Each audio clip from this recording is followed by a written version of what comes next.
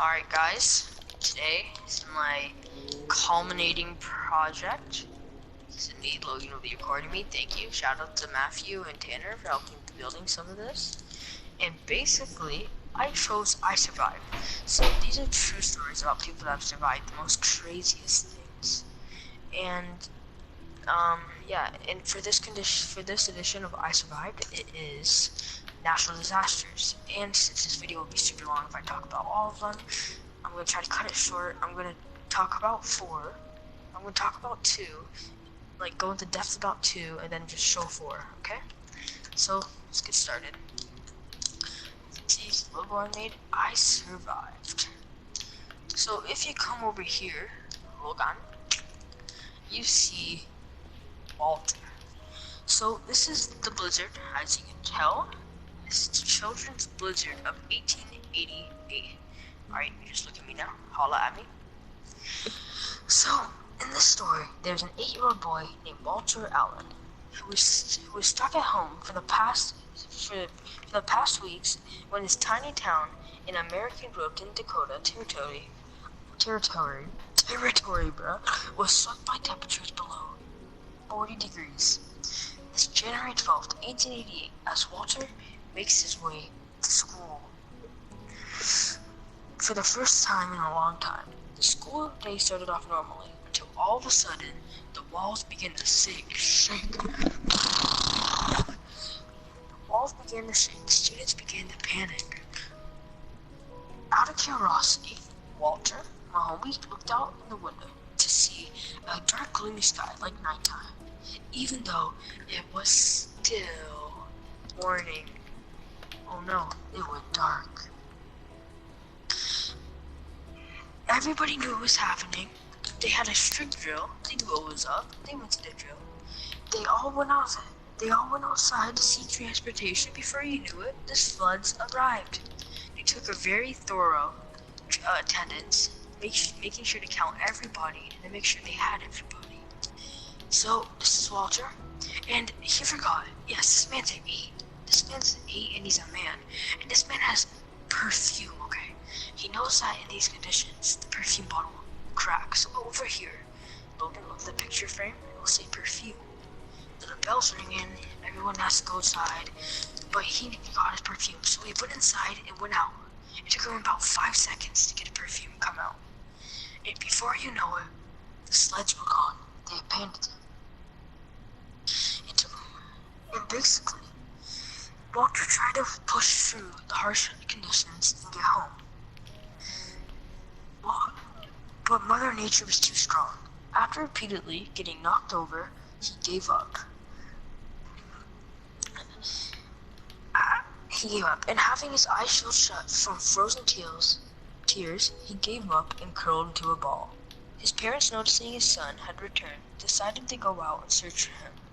The search party consists of 5 men, including Walter, Walter's dad, and brother. After 1 long hour of searching, his dad, depressed and weak, had to be carried back to the sled and return home. However, Will stayed behind and kept looking. Somehow Will pushed through the conditions and was so desperate to find Walter. What a good brother. And he came through. He found Walter. Weak and scared, Will holding Walter tight in his arms and carried Walter to the safety of their house. After a few hours, Walter heated up and woke up. He was still alive thanks to his brother. Now, we're going to go check out the Titanic. So, you can come inside here. So this is where all the, poor families would be. Over here, this is like the Avid CDR machine. This is where all the bars would be and stuff. Then on the next level, this is what's it called? This is all the rich boy checks. Alright, so these are all blingy boys. And Titanic. I've heard y'all heard about the Titanic. Well, this story is a true story about a passenger who survived the Titanic. Well, this story is a true story. Okay. Jack Thayer Yes, this is not Jack, the dude who is in the movie Titanic, because this guy was way richer than the guy in the movie. And basically, his family was aboard the biggest, fastest, most technologically advanced, man-made piece of equipment at the time. As you can see, you can look at it. It looks pretty nice. It's pretty big. It's really nice for people back then. So it was 11 p.m., April 14th, 1912, when in just a few hours, 1,500 people will die. Jack, very fortunate to be born into a rich family, he was on the upper class deck with access to the VIP deck. Jack went outside to the deck to admire stars before going to bed. When he was done stargazing, yes, the men stargaze, he said goodnight to his parents and went to bed. While he was trying to sleep, the boat slightly tilted left. Then there was a sudden silence, and the engine stopped. Jack was not worried, as the Titanic was named unsinkable with its recent technology and structure. So out of curiosity, Jack's dad and him, yes, they're men, they want to know what's happening, this stuff fascinates them. So they went outside to go see what was happening. After receiving news that the Titanic struck an iceberg, okay, this thing struck an iceberg, right? So after receiving things, they got a sense of excitement. They thought the Titanic just obliterated it. It was all fine. But that was not the case. Some genius people even thought it was a joke and started throwing debris of the iceberg at each other. So they didn't take it seriously until the Titanic's architect, Thomas Andrew, told them the boat was going to sink in an hour. People were panicking, and since there was not enough lifeboats for them and for half the passengers, Jack knew he might die today. Over the panicked crowd, Jack and his friend Milton have already been separated from their parents through the panicked crowd and thought they were abandoned by them. So, since there were no boats left, Jack knew he was gonna have to wait until the boat got low enough. So he's gonna wait until the boat tipped down low enough, because the water's really cold, and a long jump, if he goes down under, it's gonna be hard to go up. So he had to wait for the perfect time. Finally, the time was right. Milton jumped first and was never to be seen again. Jack jumped. He made it. He barely got to the surface and was pulled up by a group of men onto a large piece of the Titanic's debris. Jack, thinking he was going to die in the coldness, was confronted by another boat called the Carpatha. They pulled the men aboard, and there was suddenly an overwhelming reunion between Jack and his mom. Except, where was his dad? Jack knew his dad wouldn't leave without him. He knew, and he didn't. He was sadly to die searching for his son. Now that's a good dad there. Okay, so it's like, let me change my skin. I don't like that skin. Alright, this one has a big butt. This one has a big butt. Okay, let's see this one.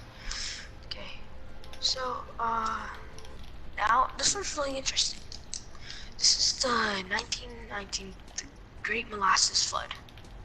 So basically, I'm not gonna go into depth for these two because we're running out of time. I don't want to waste your time. So, but I did work hard on this one, so please be intrigued. So this was 1912. Mateo, don't talk. I'm muting. Okay, had to mute him real quick. This is 1912, and it was still during World War, and they actually used molasses as an ingredient to their bomb, because when it was combined with another substance, it actually exploded when heated. So they had a big tank by the harbor north of Boston, and one day, oh yeah, by the way, it holds 7 million tons of this stuff. One day, it was exposed, the pressure got so high, and it was so hot out, it exploded. It leaked into the harbor. A lot of people were killed. Okay, this is very sad. Yes, just imagine thinking someone died to molasses. Okay, Logan, if you come over here, Logan, come over here. This is a guy named Anthony. He's a young man. He goes to work, you know. So after hearing a big boom, if you come over here to the workstation, this is a fire station. Okay, so people were, okay, so people were chilling out.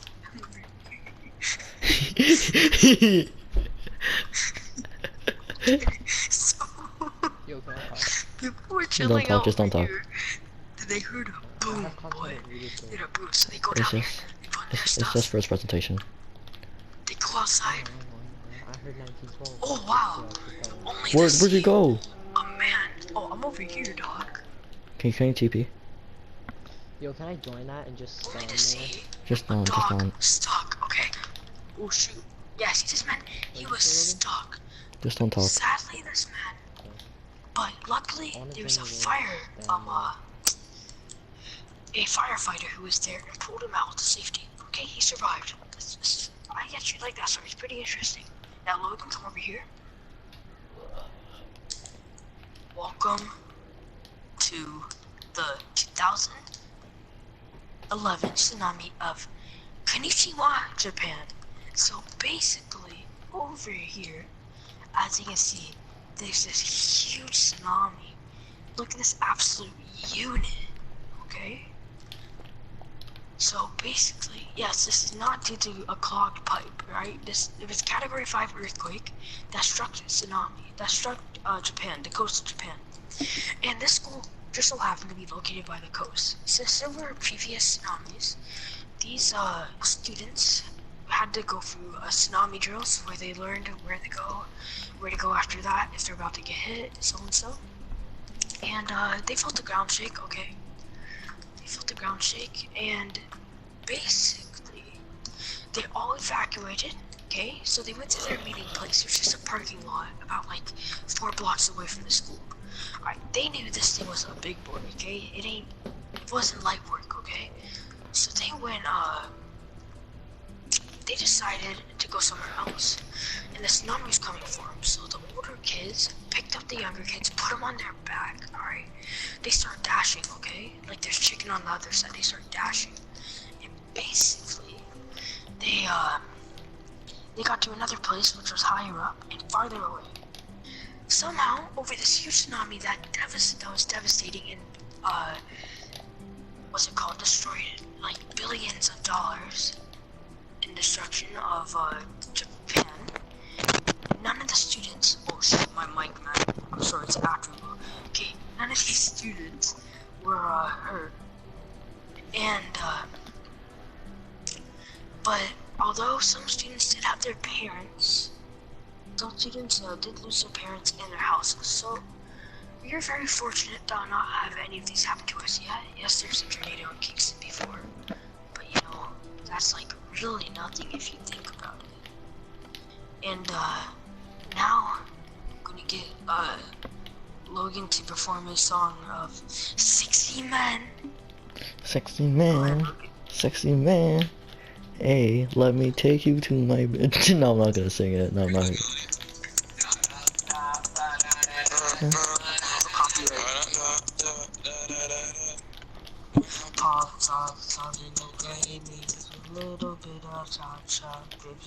Okay, alright, so, yes, this was my culminating project. Hope you enjoyed. I'd like to say a shout out to my homie, Decrease Marquise. On Instagram, follow Decrease Marquise on Instagram. For sure. And then, to Matty Boy, he helped me build this. Drew Carey 1277, he's a homie too. Follow them. Alright. Wait, Logan, one more time. Come check this out. Alright, bro. Logan, come check this out. Turn around behind me. Logan, behind me. Come behind me. Wait, check this out. Yeah, boys. Light work. Alright, thank you. You can end it.